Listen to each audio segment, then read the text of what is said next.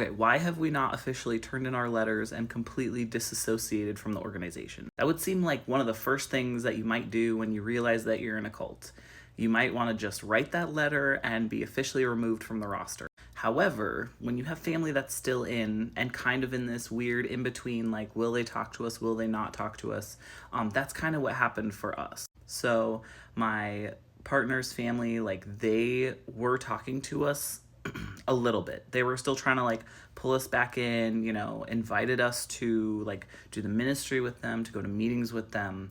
And the only reason that we stayed in contact with them is because of our children. So if we didn't have the kids, I would have been okay with just sending in that letter right away. But I really wanted them to have a relationship with their, grandparents, because family is important. That's part of what made me realize I was in a cult, is that I was no longer close to my family who had never been in the religion. So when I first realized I was in a cult, I was like, I'm going to write this letter. I'm going to turn it into the elders. But then some of our relatives who were never in, they were like, well, why wouldn't you keep that loophole so that you can stay in contact with your family? And I was like, well, my family's already shunning me, but my partner's family is not. So I was like, okay, I won't turn in my letter, because at least then it would provide, that opportunity for them to get to know our children. However, that's not how it worked out. So since waking up almost 2 years ago, or almost 3 years ago, we pretty much spoke to them last August, and then like I tried to message them 2 weeks after, because it was crazy. We show up at this family gathering and like they're talking to us. They're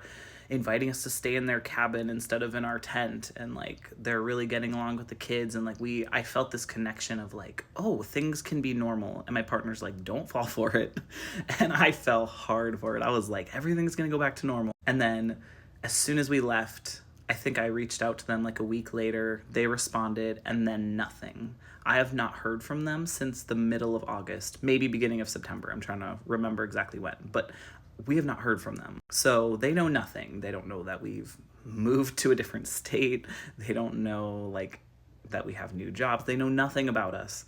And that's crazy to me. That's part of the reason why I realized I was in a cult, is that my family growing up, they were never Jehovah's Witnesses. They meant so much to me, and I felt this huge disconnect, and I, started to realize part of it was the religion. And I thought, I believe in this Armageddon coming to kill anyone who's not a believer. And I'm like, I love my family. Why would I want this to happen? Like, people are in the religion, we're excited for the end of the world, and I just could not relate. I was like, I like my family. I don't want any of these people to die. So yeah, once I realized like that's not possible, to now be out of it and understand like the brainwashing and the mind control, it still is hard for me to understand how people that I do view them as good people, but they're shunning us, even though we're not, there's that loophole available, and it's really hard. So, we're about to see them again at this next family event, and I'm really trying to decide, am I going to act like everything's fine like I did last year and get roped into believing like, oh, maybe things will change? Or do I kind of give them the cold shoulder? Because while I don't like treating unkindness with unkindness, it's also dangerous to be like vulnerable and then get hurt again over this. So I'm really trying to decide what I'm going to do. But ultimately, we have not turned in our letters because of this loophole. And we kind of go back and forth like what we're going to do about it. And I think it would have had such a bigger impact had I done it like right when I was like, I had that conviction of like, I can't do this anymore. I cannot be a part of something so awful. And while I still don't want to be a part of that, or even like be, I'm on their roster still. They have my publisher cards and they pass them around to God knows where and talk about us. It's awkward, but I'm also like, it's almost like it's a way to explain to our worldly family, like, hey,